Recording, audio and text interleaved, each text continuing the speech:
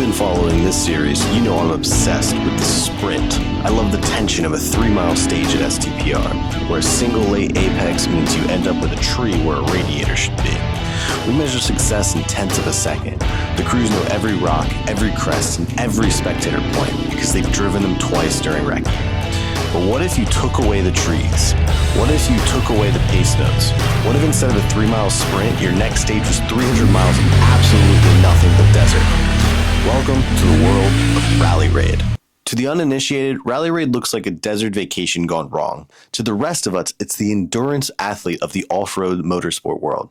It's often called cross-country rally, and while it shares a name with the stage rally we know and love, the scale of the sport is almost impossible to wrap your head around from a local service park. Think about a typical stage rally weekend. You might cover 60 to 100 stage miles over 2 days. In a major rally raid like Dakar, you might cover 500 kilometers or over 300 miles in a single afternoon.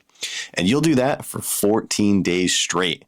Total distance? Upwards of 5,000 miles. That's like racing from RJR Studios Media in New Jersey to Los Angeles, then turning around and racing halfway back, all while driving through terrain that would swallow a standard SUV whole. But the scale isn't just about the mileage, it's about the isolation. In stage rally, if you bin it, a sweep vehicle or a spectator is usually a few minutes away. In rally raid, you are often hundreds of miles from the nearest paved road. You aren't just racing the clock. You are managing your survival, your fuel, and your mechanical sympathy in a way that just doesn't exist in a 10-minute sprint. This is a sport where community over competition isn't just a cool slogan for a t-shirt, it's a literal lifeline. Because out here, in the middle of the dunes, the only person who can save your race is the rival you were trying to pass 10 minutes ago. Today, we're going deep. We're looking at how you navigate when there are no roads, how you build a machine to survive 120-degree heat, and why the craziest people in the world choose to do it all on a motorcycle with nothing but a paper map and a dream.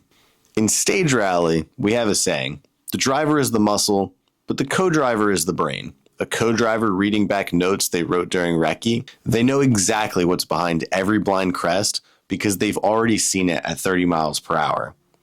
In Rally Raid, you don't get a practice lap. You don't get Recce. The first time you see the terrain is at 100 miles per hour. And you aren't following a road.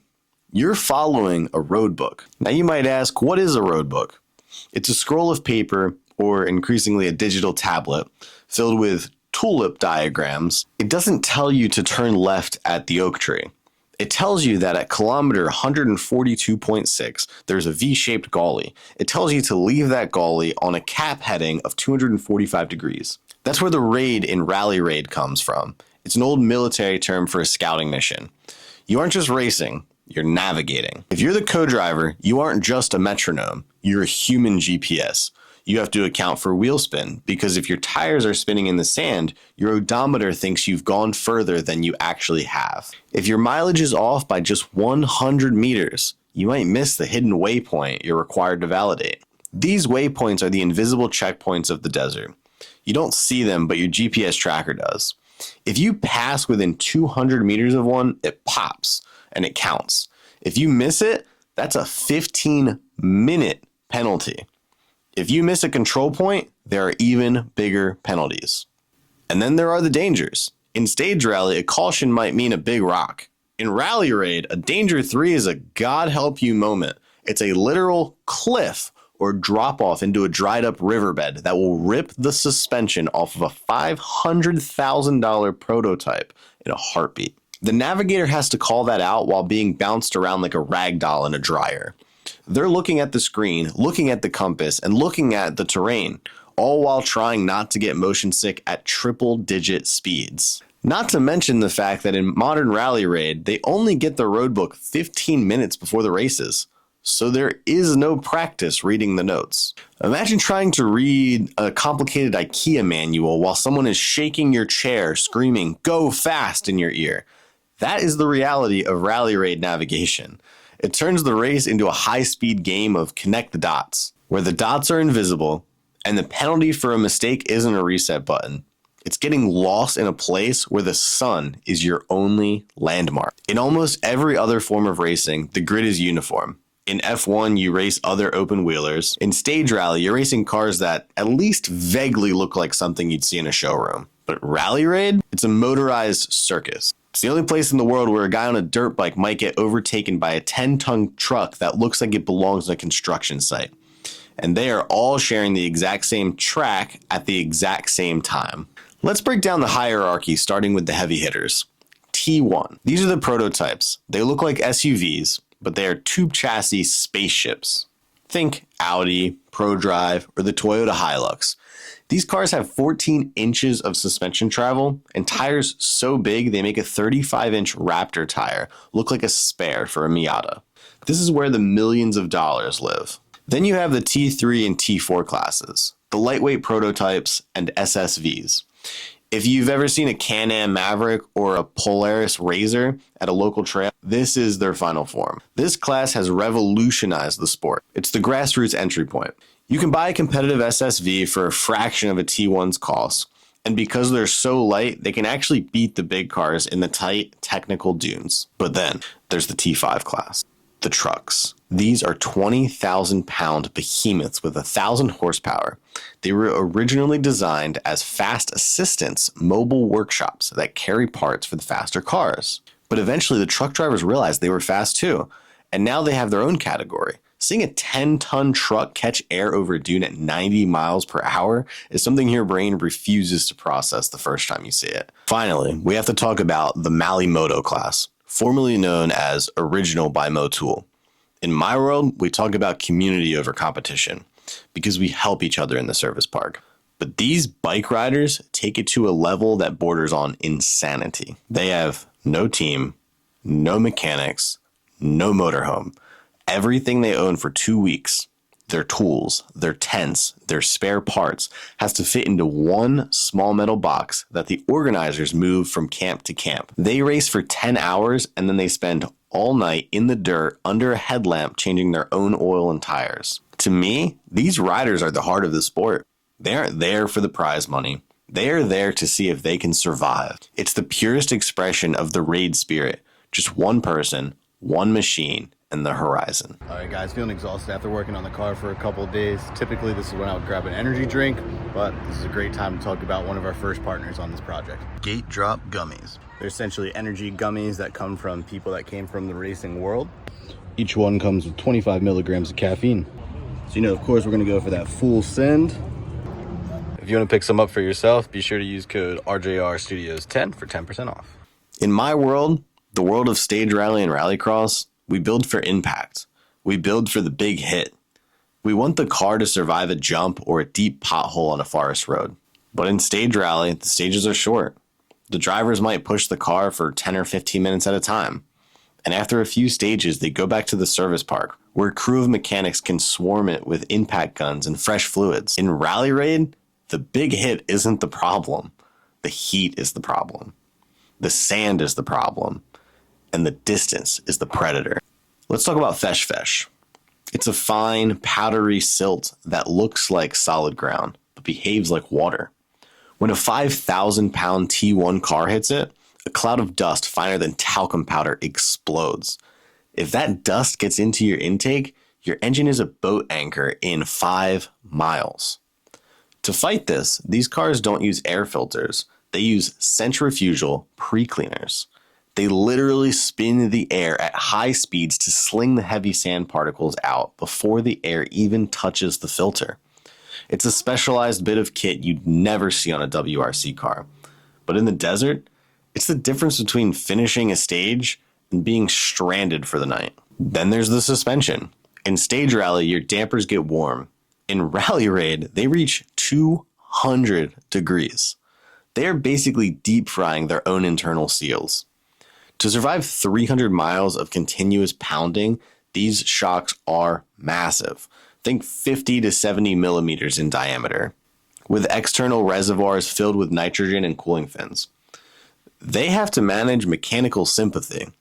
If a driver pushes too hard in the first hour, the shocks fade, the oil thins out, and suddenly that 100-mile-per-hour dune jump ends with a broken frame. And let's look at the office. You know how I treat my Mark V GTI like a mobile studio. But these cockpits are on another level. They have to carry everything. Fuel. A stage rally car might carry 15 gallons. A raid car carries a 130-gallon fuel cell.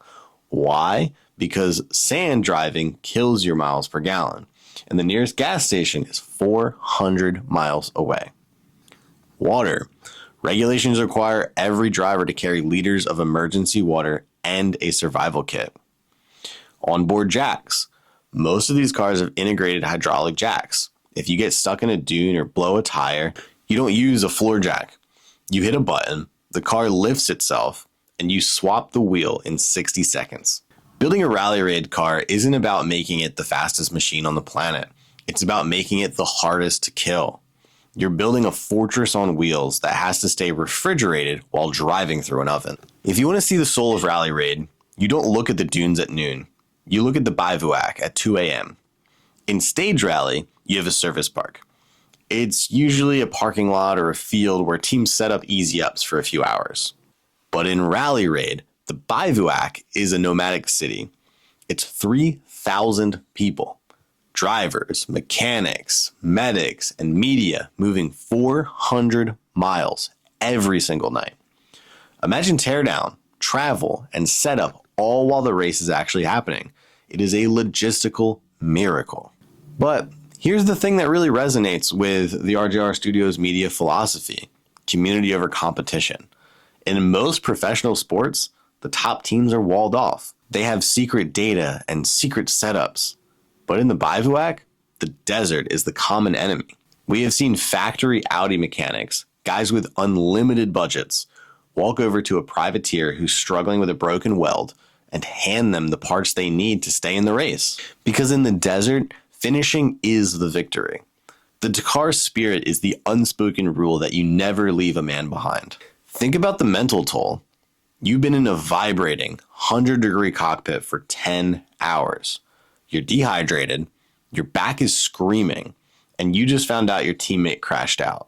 You get into camp at 9 p.m., and you have to be back in the seat at 5 a.m. In that window, you have to eat, you have to look at the road book for tomorrow, and you have to help the crew fix the car. This isn't just a test of driving skill.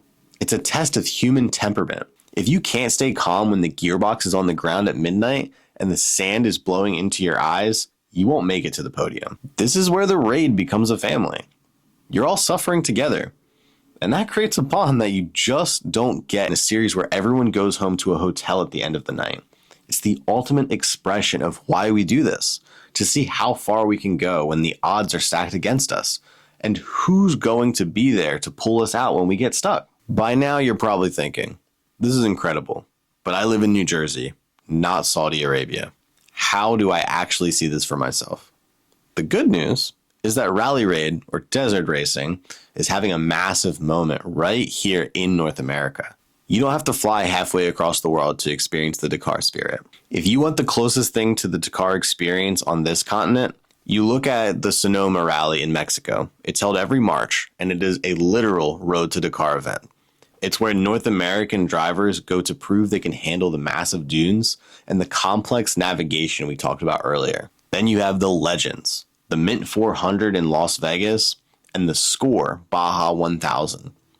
While these are technically desert races with marked courses, they share the same DNA of endurance, mechanical abuse, and that moving city atmosphere of the Bivouac. But here's the best part for the DIY crowd. You don't need $1 million T1 prototype to start. Organizations like NORA, the National Off-Road Racing Association, run events like the Mexican 1000 or the NORA 500. They have safari classes designed for street-legal vehicles. You can take a capable 4x4, learn the basics of roadbook navigation, and follow the rally in a non-competitive guided group. It's the perfect bridge for someone who loves the community and the scenery, but isn't ready to send a trophy truck over a 60-foot jump. And if you're like me, stuck in the Northeast, the best thing you can do is start with what's in front of you. Go to a local Rallycross, volunteer at an ARA stage rally, and talk to the people who are building these machines. The skills you learn wrenching on a rally car in a muddy field in Ohio are the same skills that will keep you alive when you finally make it to the dunes. Rally Raid is more than a race. It's a reminder that even in a world covered by GPS and paved roads, there are still places where the map is blank, and the only way forward is to trust your machine, your navigator, and your own grid. Keep building, keep driving, and I'll see you in the fray.